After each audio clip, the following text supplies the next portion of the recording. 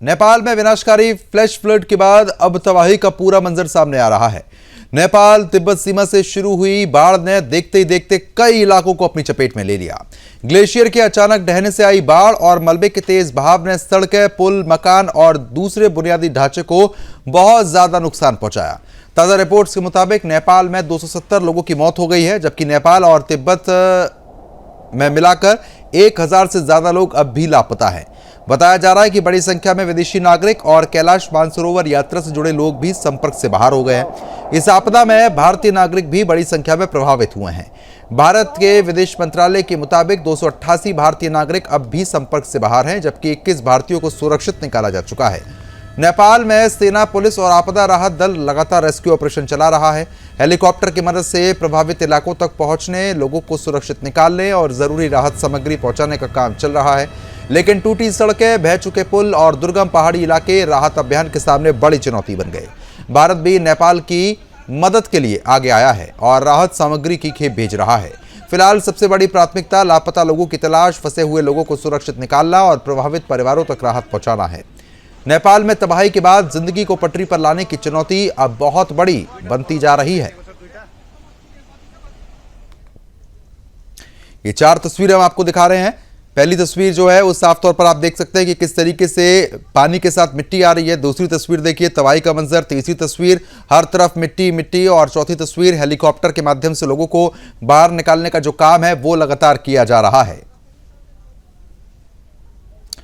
जमीनी हकीकत बताने के लिए हमारे संवाददाता नेपाल से सुबोध कुमार हमारे साथ जुड़ चुके हैं। सुबोध, जिस तरीके से बाढ़ आई, बाढ़ के साथ साथ बड़ी मात्रा में मिट्टी भी आई और भारी तबाही का मंजर देखने को मिला। अब जब पानी गुजर चुका है तो उसके बाद सिर्फ मिट्टी मिट्टी और तबाही की तस्वीरें सामने आ रही हैं। क्या अपडेट है अभी मामले को लेकर? बिल्कुल, आपको बता दें प्रदुमन की, जिस तरह से नेपाल में रसुआ बाढ़ जो है कल के दिन देखा जाए तो नेपाल के लिए ब्लैक डे था। और अब आपको बता दें अभी की ताजा स्थिति में लगभग 200 से ज्यादा शवें जो है निकाली जा चुकी है। अभी और भी आंकड़े बढ़ सकते हैं। इसमें अभी सरकारी आंकड़ा जो है बहुत कम दिखाया जा रहा है, मगर लगभग आपका 300 के आसपास की 100 जो है अभी तक नेपाल में अभी निकाली जा चुकी है। और अभी वहां पे जो सेना और नेपाल प्रशासन का जो भी वहां पे प्रशासन लोग हैं, अभी उससे जो मलबे है, मलबे से खोज के निकाला जा रहा है। छक विकसित 100 आपको बता दें कि जेसीबी भी कई जेसीबी भी लगाई गई है। अब तो पानी का ऐसे बहाव कम है, मगर फिर भी जो नदी के किनारे जो मालवे में या बालू के रेत में फंसे हैं उन सबको खोज के निकाला जा रहा है। 100 की स्थिति की बात करें तो 100 तो इतना क्षत विक्षत हो चुके हैं कि वो भयावह स्थिति है। नेपाल में जो ये इतिहास, नेपाल के इतिहास में सबसे बड़ा आपदा बताया जा रहा है। आपको बता दें कि जिस तरह से ग्लेशियर का भूस्खलन हुआ, उसके चलते नेपाल में भारी तबाही मच गया। जी प्रदुमन। बिल्कुल, जानकारी ये भी है कि कई ऐसे भारतीय हैं जो अब भी लापता बताए जा रहे हैं। उनके बारे में क्या जानकारी मिली है? कोई संपर्क हो पाया है? जी बिल्कुल, आपको बता दें कि जिस जगह पे, उस जगह पे अभी नेटवर्क जो है ठीक से काम नहीं कर रहा है। वहां पे अभी जो बचाव अभियान है या जो ड्रोन के निगरानी भी अभी उस जगह पर की जा रही है। ड्रोन से भी बचाया जा रहा है, रेस्क्यू की जा रही है। अभी तक भारतीय की बात करें तो 400 से लगभग पूरे भारतीय और विदेशी नागरिक मिलके अभी संपर्क में नहीं है, मगर उसमें से 25 से 30 लोगों की अभी रेस्क्यू कर निकाला गया है और खोजबीन और तलाश जारी है, जिसमें वहां के पर्यटन विभाग और वहां के नेपाली सेना पे इस पे कार्य कर रही है।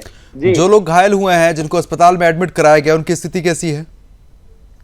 बिल्कुल, आपको इस तरह का भी जो बातें हैं वो नेपाल सरकार के द्वारा पूर्ण रूप से और वहां के स्थानीय अस्पताल से लेके जो भी अस्पताल है, प्राइवेट हो या सरकारी हो, सभी में इन जो बाढ़ पीड़ित वाले जो लोग हैं उनको स्वास्थ्य के लिए लोग कामना भी कर रहे हैं। और उपचार की बात करें तो उपचार में कहीं से भी कोताही नहीं बरती जा रही है।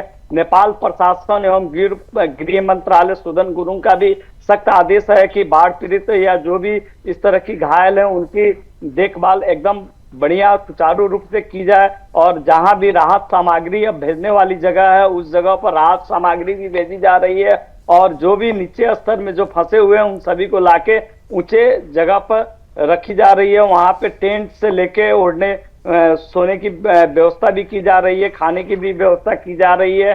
इस तरह से किसी भी तरह से नेपाल में इस तरह की कमी देखने को नहीं मिली और नेपाल सरकार के द्वारा पूर्ण सुनियोजित तरीके से अपने कार्य को सकुशलता से अपना कार्य कर रही है, जिसमें कि विदेशों के द्वारा भी इसमें सहयोग का हाथे बढ़ाया गया है। वर्ल्ड बैंक के द्वारा भी लगभग अरबों रुपए का सहयोग दिया गया। सबसे पहले अपना भारत के द्वारा 10 टन और फिर 37 टन का कार्गो विमान जो पहुंचा है, जो कि राहत सामग्री, खाद्यान्न वस्तु एवं जीवन रक्षक दवाइयों को लेकर, इससे वहां के प्रधानमंत्री ने भी हमारे भारत के प्रधानमंत्री को आभार भी व्यक्त किया है। जी हाँ बिल्कुल, लेकिन जो तस्वीरें हम लगातार देख पा रहे हैं, कई ऐसे मकान हैं जिनके सामने अब भी कई फुट मलबा और जो कीचड़ है वो नजर आ रही है और लोग फंस चुके हैं क्योंकि गेट नहीं खुल पा रहे हैं, दरवाजे खोल के वो बाहर नहीं निकल पा रहे हैं। उनको किस तरीके से बाहर निकालना चाह रहा है सेना के जवान, किस तरीके से काम कर रहे हैं वहां पर?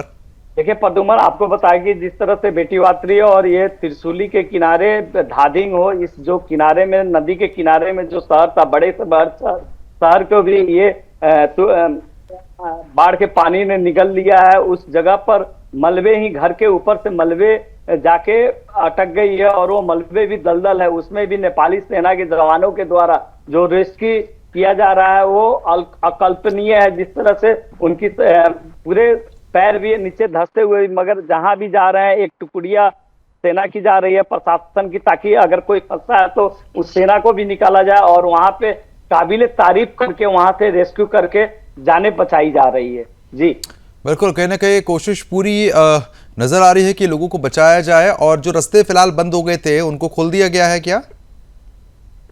बिल्कुल नहीं, आपको बता दें कि जो मुख्य राजमार्ग है मुंगलिंग से काठमांडू का, वो राजमार्ग अभी पूरी तरफ से बंद है। जब तक नेपाल सरकार का आदेश नहीं आता है तब तक उस राजमार्ग को बंद किया जाएगा, इस तरह की वहां से सूचना है। और वैसे भी अभी देखा जाए तो 2 से 3 दिन तक अभी बाढ़ की पूर्ण संभावना है। हो सकता है कि कुछ ऐसे ताले हैं जो कि अभी फूटे नहीं है, वो फूटे तो फिर से भारी तबाही आने की संभावना है।